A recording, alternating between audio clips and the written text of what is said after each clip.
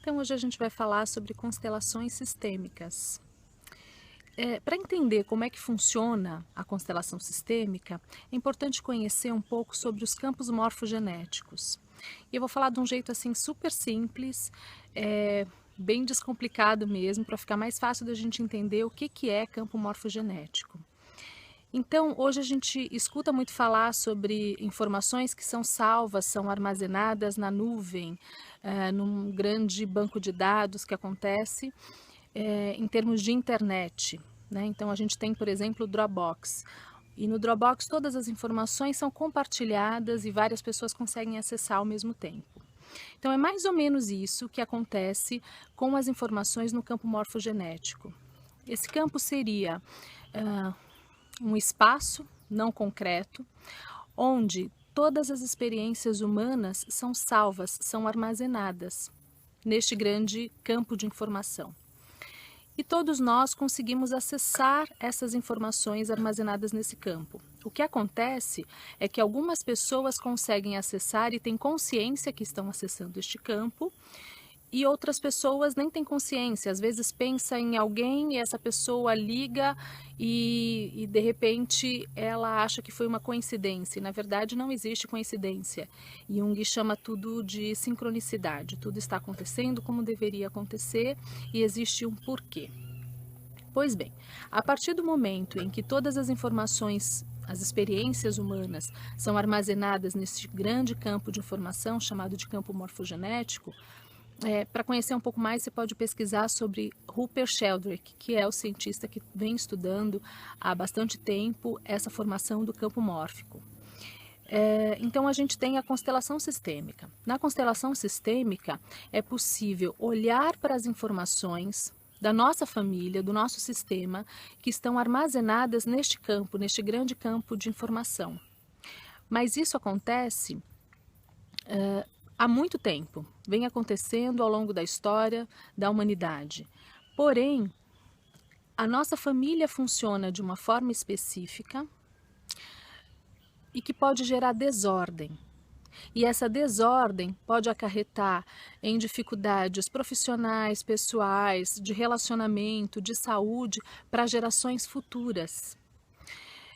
O Bert Hellinger, que é o alemão que desenvolveu a constelação sistêmica, ele fala de 3 leis principais. Então, a gente tem a lei da hierarquia, onde quem vem antes tem um lugar de honra para quem veio depois, perante quem veio depois. E quando essa hierarquia é invertida, quando um filho assume o papel de um pai, por exemplo, a gente tem um problema de hierarquia. E nesse momento, as desordens passam a acontecer. Uma outra lei é o direito de pertencer. Todos têm o direito de pertencer a um sistema. Mas o que acontece é que algumas pessoas podem ser excluídas. Por exemplo, uma mãe adotiva pode excluir a mãe biológica de uma criança. Às vezes tem casos de prostituição, de roubo, de assassinato na família, e essas pessoas elas são excluídas da família. Só que a conta vem alta depois, porque alguém de uma geração seguinte, futura, pode assumir as características dessa pessoa e se identificar com essa pessoa e passar a assumir comportamentos disfuncionais. E uma outra lei é o equilíbrio de dar e receber. Então, a gente deve dar e receber numa proporção de equilíbrio de troca.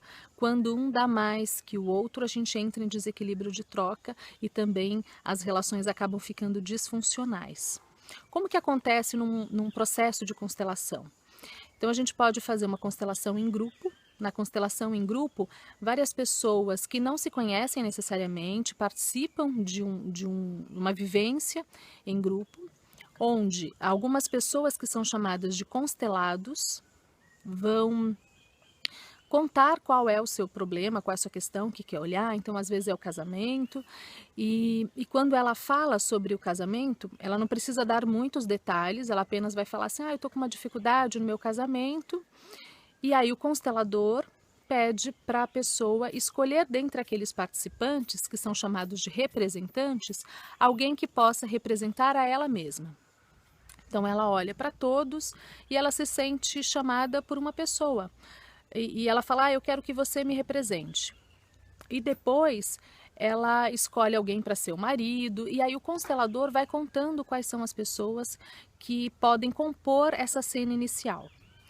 Esses representantes ficam em pé no centro da sala, no meio da sala, e começam então a seguir os movimentos que o Bert Hellinger chama de movimentos de alma.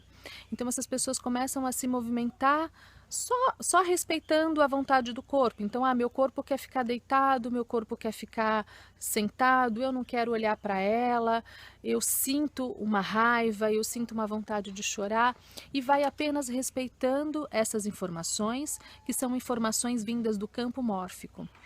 E a partir disso, todas as pessoas começam a mostrar nessa dinâmica, que se chama constelação, o que está fora de ordem.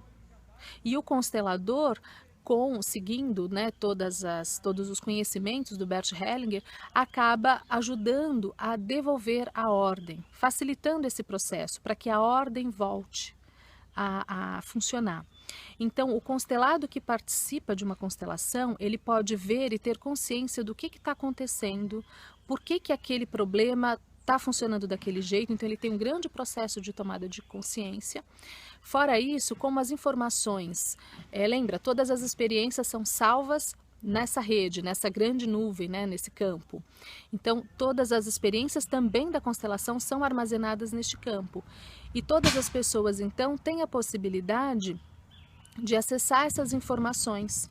E isso acontece de uma maneira não local e não temporal.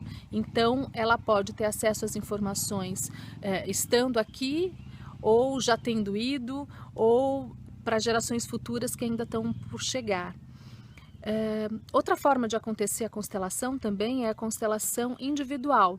Na constelação individual, a pessoa também leva, né, o constelado também leva suas questões, e a partir de bonecos, a gente utiliza bonecos, e ou âncoras, né, que são tapetinhos, e a pessoa pode ficar em cima dos tapetinhos e sentir esses movimentos de alma do campo mórfico de cada um das pessoas que compõem a sua história, ou com os bonecos, onde cada boneco assume um papel, acaba sendo um representante para a sua história.